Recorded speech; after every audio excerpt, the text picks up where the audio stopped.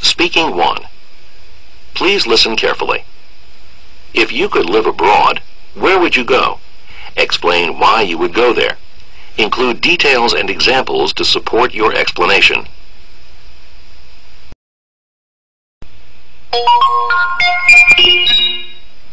Speaking 2. Please listen carefully. If you could arrange your job so that you could do your work at home or at the office, which would you prefer? Include details and examples to support your explanation.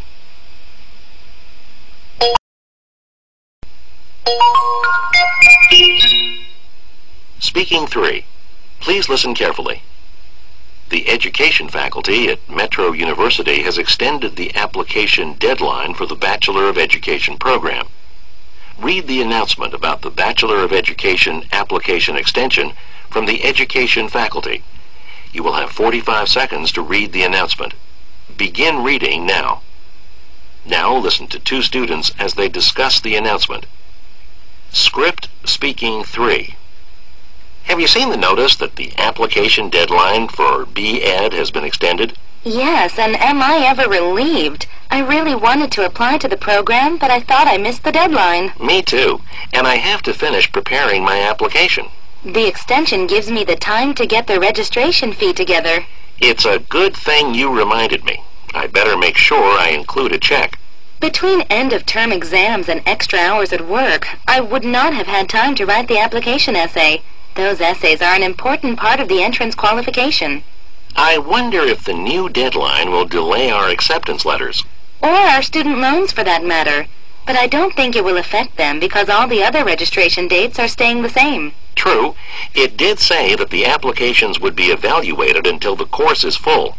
The extension is certainly fair, and in my case it is pretty helpful too. At least now I have a chance of applying and getting in for next semester. The students expressed their opinions of the extended application deadline for the Bachelor of Education program. State their opinions and explain the reasons they give for holding those opinions.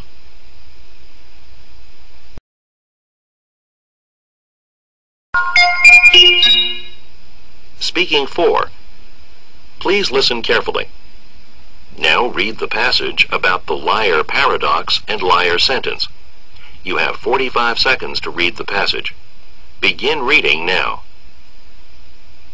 Now listen to part of a lecture on this topic in a philosophy class.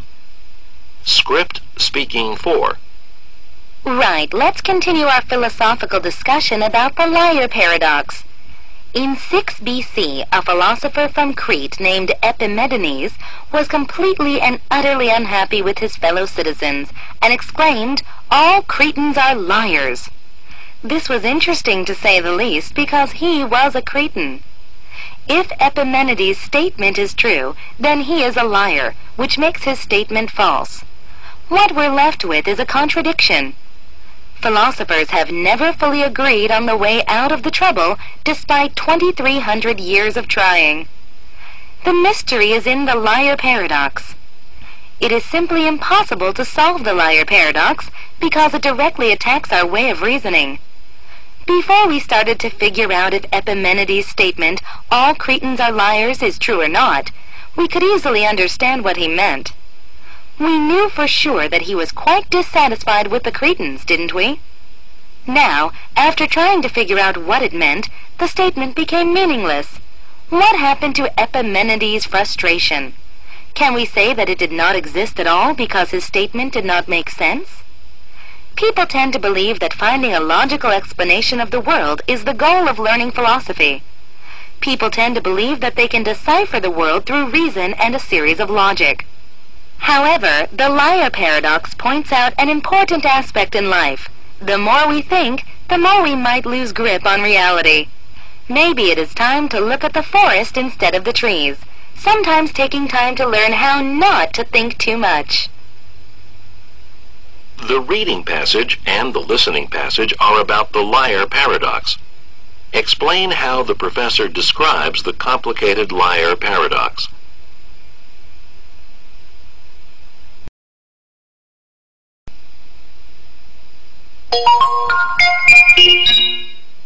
Speaking 5. Please listen carefully. Now listen to a conversation between two students. I haven't seen you around for a while. What's new? Not much. Oh, except I'm going on a blind date this Friday that my cousin set up. Really? That sounds like fun. Have you ever been on a blind date before? No, never. Have you? I'm a bit nervous. As a matter of fact, I've been on a few. I met my latest boyfriend through a blind date. I think they are loads of fun. Fun? Why? What did you guys do? Weren't you a bit nervous too? We went to a movie. Thinking back, I may have been a bit nervous, but it was a good nervous energy, like going on a roller coaster at the fair. Look at it this way. You have nothing to lose. Just be yourself. There must have been some reason your cousin thought to set you up with this mystery person.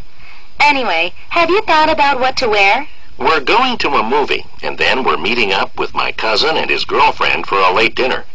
I was thinking of wearing my jeans and a jacket and tie. How does that sound? I'd drop the tie. I don't think I've ever seen you wear a tie, so wearing one might make you feel even more self-conscious. I like the jacket and jeans combo. You are a semi-casual kind of guy. That's how I would describe you. You're right. I would probably feel like that tie was a noose around my neck. Do you have any other advice? Well, not really, except be yourself, and remember your date is probably just as nervous as you. So relax and try to have fun. Thanks. I'll let you know how it went.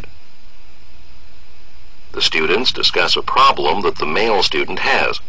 What is the problem, and what are the female student's suggestions to solve the problem? And give your opinion about the female student's advice.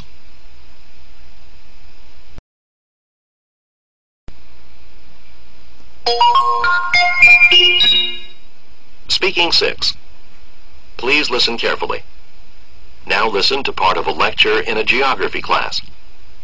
Corn is a product that we tend to pay little or no attention to.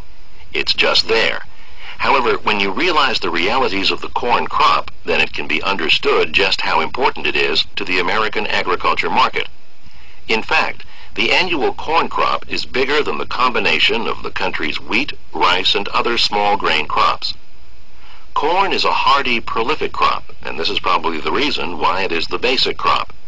For example, a hectare of corn only needs 1/12 of the amount of seed that wheat does. Also, a hectare of corn produces several times the amount of a hectare of wheat. Thus, the potential for corn to be the largest crop in the U.S. can be easily recognized. Additional support for the cultivation of corn came by way of technology. Every step of corn production is assisted by some sort of machinery: planting, enriching the soil, cultivating, spraying, killing weeds, harvesting ears, removing the wrappings, shelling the kernels, and cutting the stalks. There is little physical labor involved in the whole process. A farmer can cultivate 140 hectares with virtually no additional labor. Interestingly, there has been data collected to demonstrate the yield increase over the years. The data shows that between 1866 and 1939, the corn yield averaged between 700 and 1,000 liters of shelled grain per hectare. In 1940, it began to steadily increase, and it reached 1,500 liters per hectare in 1948. It further increased to 3,400 liters in 1972.